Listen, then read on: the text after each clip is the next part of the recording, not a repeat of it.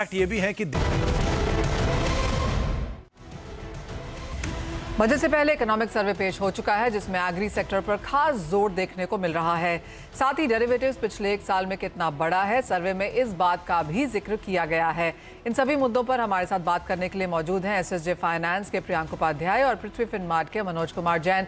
साथ ही बजट पे एक पैनी नजर डालेंगे। हमारे साथ जुड़ेंगे former union agricultural secretary Siraj Hussain. लेकिन सबसे पहले जो बजट में हमने यहाँ पर जो इकोनॉमिक सर्वे आता हुआ देखा है उसमें ये चीज़ देखने को मिली कि डेरिवेटिव मार्केट जो हैं वहां पर नंबर्स में, वैल्यू में, वॉल्यूम में एक इजाफा होता हुआ नजर आया है। फिर चाहे वो इक्विटी था, करेंसीज था या फिर कमोडिटीज भी था। ऑफ कोर्स कमोडिटी के नंबर्स काफ़ी कमज़ोर हैं, करेंसी के उससे भी कमज़ोर हैं। लेकिन अगर हम ईयर ऑन ईयर के नंबर्स यहाँ पर देखें और अगर हम वो ऑन स्क्रीन डाल सकें तो आपको पता चलेगा कि किस तरह का इजाफा यहाँ पर कमोडिटी डेरिवेटिव मार्केट में भी बनता हुआ नजर आया है। क्लियरली पिछले साल बहुत ज़्यादा बढ़त नहीं थी, लेकिन 2022 में जिस तरह की उठापटक हमने कमोडिटी बाजार में आते हुए देखी, स्पेशली जो रशिया यूक्रेन की तरफ से यहाँ पर एक कंसर्न देखने को मिला, उसका फ़ायदा यहाँ पर ट्रेडिंग में बनता हुआ ज़रूर नज़र आया। तो आप देख सकते हैं ये जो बदलाव है ईयर टू ईयर के हिसाब से कमोडिटी डेरिवेटिव मार्केट में हमने एक बड़ा उछाल यहाँ पर ट्रेडिंग वॉल्यूम के हिसाब से आता हुआ देखा। प्रियांक, कैसे देखते हैं आप इन नंबर्स को? ऑफकोर्स सीटीटी के पहले जो हमारी ट्रेडिंग वॉल्यूम्स हुआ करती थी और उसके बाद जिस तरह की हमने गिरावट आते हुए देखी, वो तो एक अलग ही डिबेट है, लेकिन ईयर ऑन ईयर जो नंबर्स हैं वो डेफिनेटली यहाँ पर बेहतरीन होते हुए दिखे हैं। जी डेफिनेटली ये जो पार्टिसिपेशन है वो बड़ा है एंड वो एक एंकरेजिंग साइन है।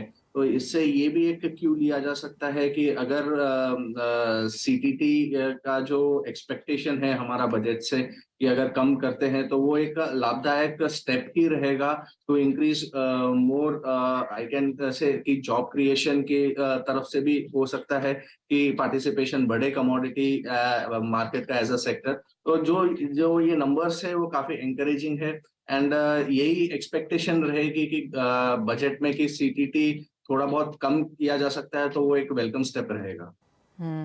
ऑफ कोर्स हर तरफ से यही एक आवाज है कि सीटीटी यहाँ पर अगर कम किया जा सके तो हम सपोर्ट यहाँ पर फिर से बनता हुआ देखेंगे। लास्ट ईयर की उठापटक की वजह से कुछ बहुत वॉल्यूम में यहाँ पर जरूर इजाफा देखने को मिला है और क्लियरली इकोनॉमिक सर्वे ने उसका यहाँ पर जिक्र भी किया है कि across market, across asset classes, derivative markets में हमने वॉल्यूम्स यहाँ पर सभी जगह बढ़ते हुए देखे हैं।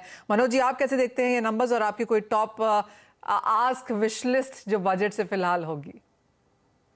नमस्कार मनीषा जी, बिल्कुल आपने जो नंबर्स दिखाए हैं बिल्कुल यहाँ पे अगर डेरिवेटिव्स मार्केट की बात करें, अगर कमोडिटी मार्केट के रेफरेंस में, तो नंबर्स जो है वो बढ़ते हुए नजर आए हैं। लेकिन इसमें इसको दो रूपों में देखना चाहिए। पहला ये कि जो नंबर्स में बढ़ोतरी हुई है उसके पीछे हमने देखा है कि सोने और चांदी की कीमतों में गत वर्ष में जो तेजी आई है तो उसके चलते भी यहाँ पे नंबर्स में इजाफा देखने को मिला है। दूसरा जो ऑप्शंस मार्केट है डेरिवेटिव्स की, कमोडिटी की, तो वहां पे हमने कच्चे तेल और एनर्जी के प्राइसेस में जो गत वर्ष बड़ी वॉलेटिलिटी देखी उसके चलते भी वॉल्यूम्स में इजाफा है।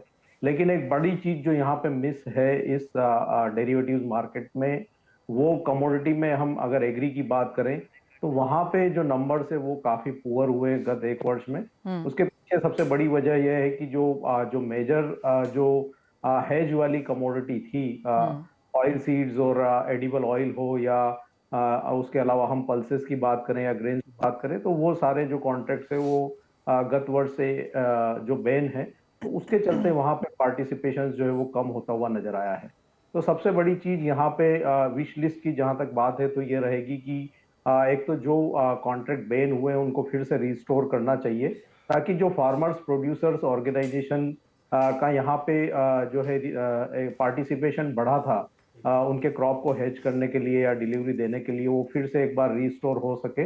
दूसरा जो कॉस्ट है वो यहाँ पे जो है उसको ठीक करना चाहिए, क्योंकि अभी भी हम देख रहे हैं कि जो वॉल्यूम्स है वो इंटरनेशनल मार्केट में जाते हुए नजर आ रहे हैं। और तीसरा, अगर ये चीजें होती है तो डेफिनेटली इसके चलते यहाँ पे जो जो जो जॉब लॉसेस हुए हैं वो फिर से एक बार जो है ठीक होते हुए दिखेंगे। तो सबसे बड़ी चीज यहाँ पे जो चार्जेस है उसको रेशनलाइज करने की जरूरत है ताकि हम एक अच्छा मजबूत डेरिवेटिव मार्केट यहाँ पे देख सकें और जो कि रियल प्राइस डिस्कवरी और प्राइस रिस्क मैनेजमेंट, जो दो बेटर जो मेन ऑब्जेक्टिव इस मार्केट के लिए रखे गए थे, वो फुलफिल होते हुए नजर आए। एब्सोल्युटली। तो ज़्यादा कमोडिटीज़ को यहाँ पर लेके आया जाए, और जैसे मनोज जी ने कहा कि इवन 7-8 कमोडिटीज़ यहाँ पर बैन थी, उसके बावजूद भी हमने यहाँ पर कमोडिटी मार्केट्स में वॉल्यूम बढ़ता हुआ देखा है। अगर ये सभी होती तो हेजिंग मैकेनिज्म को यहाँ पर एक डेफिनेट पुश आता हुआ नजर आता। वेल, आज के इकोनॉमिक सर्वे में एग्री सेक्टर पर जोरदार फोकस रहा, जिसके कारण बजट से उम्मीदें अब थोड़ी और बढ़ गई हैं। इकोनॉमिक सर्वे में क्या कुछ हाईलाइट्स ये बताने के लिए जुड़ रहे हैं मेरे सहयोगी असीम मनचंदा।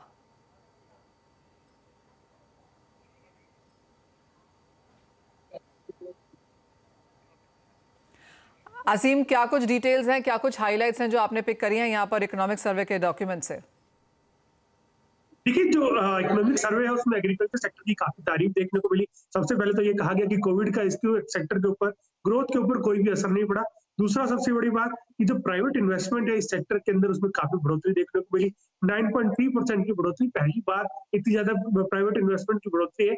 और दूसरा कि क्रेडिट जो है वो भी यहाँ पर पिकअप कर रहा है, 19 लाख करोड़ रुपए के आसपास क्रेडिट पहुंच गया है।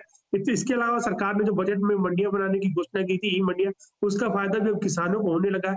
किसान इसके ऊपर करीबन 2.39 लाख करोड़ रुपए का ट्रेड कर रहे हैं। साथ ही साथ 1 करोड़ 74 लाख किसानों को इसका सीधा फायदा हो रहा है। तो खासतौर पर ये सारी आर्थिक बढ़ोतरियां हमें इस आर्थिक सर्वे के अंदर देखने को मिली।